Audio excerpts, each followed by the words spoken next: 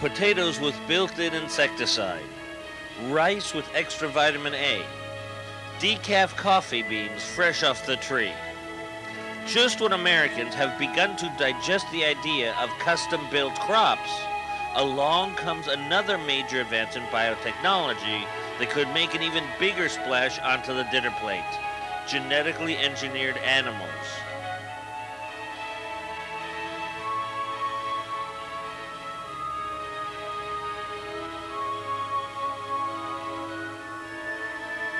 There's many definitions, but I think probably a working definition would be an animal that has a gene introduced conferring a specific trait that would not have been available in that animal without having come from another genetic source. And this could be used to improve the production of a product the animal already produces, whether it be, for example, lower interstitial fat. It could be used to turn off the production of something, for example, turning off or turning down beta-lactose or lactose production in milk for those that are intolerant, for example. Or it could be used to produce an entirely new product, for example, the production of pharmaceuticals in animal milk, and that's the one where the big money is. Defining a transgenic animal is a bit difficult because we have been using selective breeding for centuries. And this is taking animals, cows, chickens, doesn't matter, and mating and then selecting for certain characteristics. In the case of chickens, larger eggs, they have more yolk, a variety of characteristics. What we've been able to do in the last 30 years is very selectively and very precisely transfer the genes into one strain of animal to another.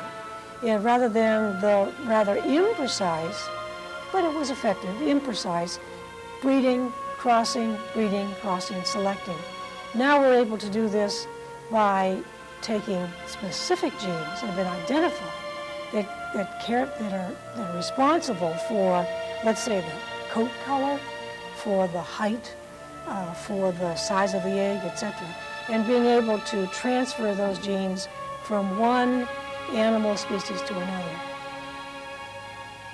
Transgenic animals are just another class of products developed through biotechnology that, it is hoped, will give renewed energy to the decades-old green revolution. Transgenic technology promises more and better crops and food animals to feed a continuously growing world population.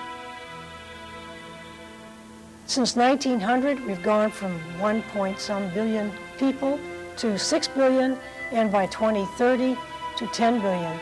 Obviously, we've got to find a way to feed the populations of the world. And in fact, at the same time, the arable land, the tillable land, has decreased significantly, maybe by half, just in the United States alone. So it's less land, has to be more productive. We can't afford loss of wheat or corn to insects, to rusts and mold and so forth.